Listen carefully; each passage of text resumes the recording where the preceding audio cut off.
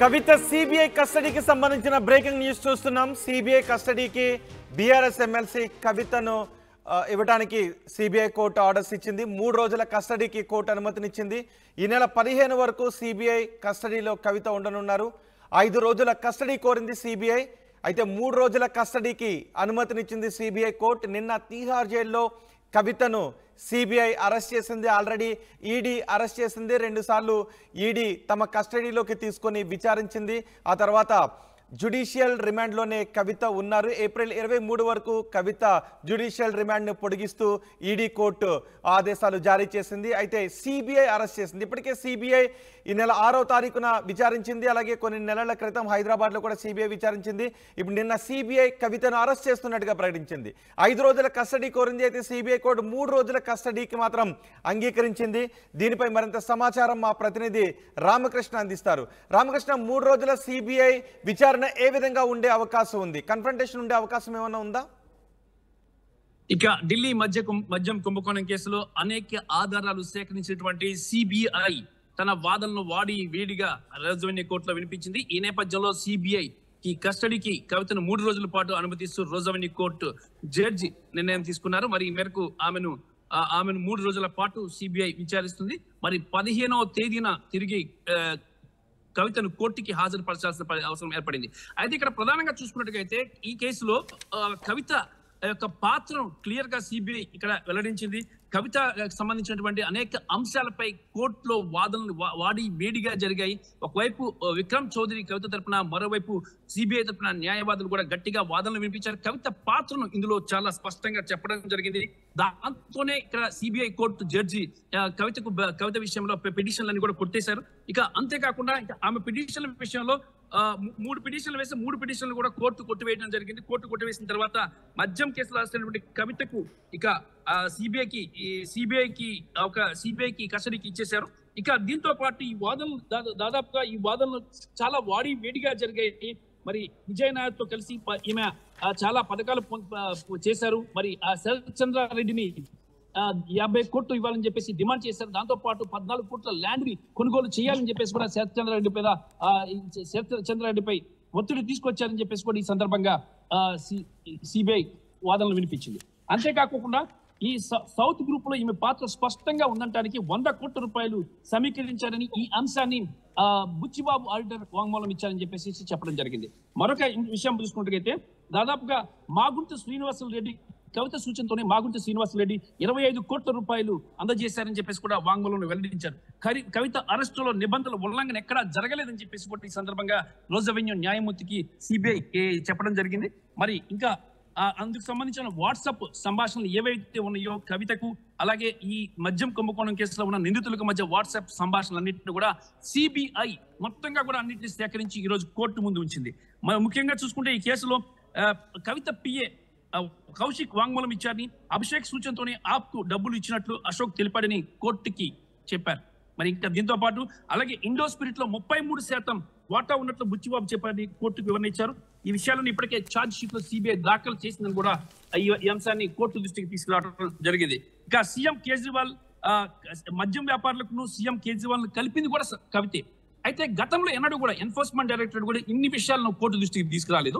ఈ రోజు మాత్రం కవిత విషయంలో సిబిఐ చాలా అంశాలను కోర్టు దృష్టికి తీసుకురావడం జరిగింది. ఇక దీంతో పాటు ఇక కవిత కేసులో చాలా కీలకమైన అంశం ఏంటంటే శరత్ చంద్రారెడ్డి కేటాయించిన 5 జోన్లలో ఒక ఫలితంగా ఒక్కొక్క జోన్కు 5 కోట్లు చొప్పున 25 కోట్లు ఇవ్వాలంటూ కవిత శరత్ చంద్రారెడ్డిని డిమాండ్ చేశారు. ఇవ్వకపోతే హైదరాబాద్ లో ఉన్న అరవింద్ ఫార్మా బిజినెస్ చేసుకుంటారు మీరు చెప్పేసి కూడా కవిత బెదిరించారు. మరి ఇది చాలా కీలకమైన అంశాన్ని సిబిఐ ఈ రోజు కోర్టుకి వివరించడం జరిగింది. అంతేకాకుండా కవిత విచారణకు సహకరించడం లేని, అందుకే కస్టడీకి అడుగుతున్నట్టు కూడా చెప్పారు మరి సిబిఐ. మరి విజయ్ నాయర్కు చెల్లింపులపై అభిషేక్ తనకు తెలిపినట్లు కూడా దినేష్ చెప్పారని చెప్పేసి ఈ సందర్భంగా గుర్తు చేయడం జరిగింది. వాంగ్మూలాలు వాట్సాప్ చాట్ల ఫైల్కు జత చేశామని వాటన్నిటిని కూడా సిబిఐ కోర్టు ముందు ఈ రోజు పెట్టింది. మరి కవితకు ఇండో స్పిరిట్ లో భాగస్వామ్యం ఉన్నట్లు బుచ్చిబాబు క్లియర్ గా చెప్పారనే విషయం కూడా ఈ సందర్భంగా చెప్పడం జరిగింది. ఇక కంపెనీ ఎన్ఓసి పొందడంలో మాగుంట రాఘవకు సహకరించేందుకు కవిత ప్రయత్నించారు అనేది కూడా ఇక్కడ స్పష్టంగా చెప్పడం జరిగింది. ఢిల్లీలోని తాజ్ హోటల్లో బాబు అలాగే బోయినపల్లి శరత్ తదితరులు హాజరై సమావేశంలో శరత్చంద్రారెడ్డి కూడా ఉన్నారని చెప్పేసి ఈ సందర్భంగా కోర్టుకి దృష్టికి తీసుకొచ్చారు. 2021 మార్చి మే నెలల్లో నూతన మద్యం విధానం రూపొందిస్తున్నప్పుడు అరుణ్ పిల్లై, బుచ్చిబాబు అలాగే బోయినపల్లి ఢిల్లీలో ఉండి విజయ్ నాయర్ ద్వారా సమాచారం సేకరించారని చెప్పేసి సిబిఐ కోర్టుకు తెలిపింది. దీంతో పాటు ఢిల్లీ మద్యం వ్యాపారం చేస్తానని రెడ్డికి కవిత హామీ ఇచ్చారని కోర్టుకు వివరించారు.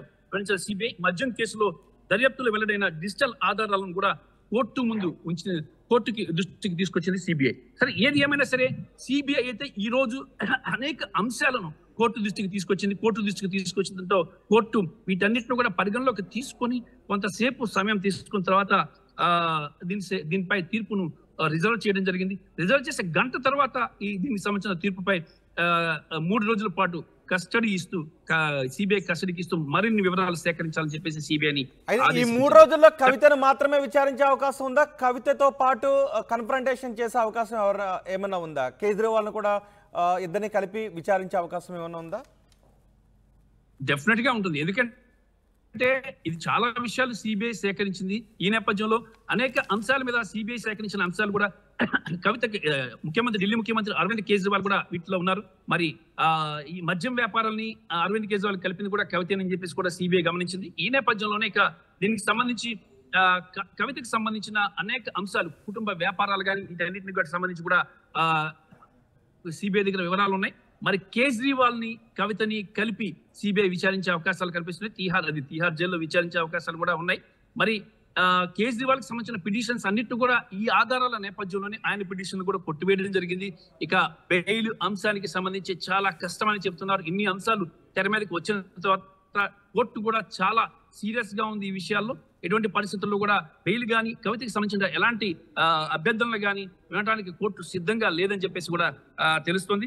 ఈ నేపథ్యంలోనే ఇక మనీష్ సిసోడియా బెయిల్ కి సంబంధించి కూడా ఈ రోజు వచ్చినప్పుడు కూడా దాన్ని కూడా 20వ తారీఖు వాయిదా వేసింది. కవితకి సంబంధించిన బెయిల్ అంశం ఈ నెల 16వ తేదీన విచారణ జరగబోతుంది. ఈ కేసుకు సంబంధించి అన్ని అంశాలు ఒక్కొక్కటిగా కొలిక్కి వస్తున్నాయి. వీటన్నిటికి సంబంధించి నిర్ణయాలు చాలా తొందరగా ఈ నిర్ణయాలు చేసి తొందరగా కేసుని క్లోజ్ చేయాలి, నిందితులను శిక్షించాలనే విధానంగా సిబిఐ ముందుకు వెళ్తుంది, ఈడీ ముందుకు వెళ్తుంది.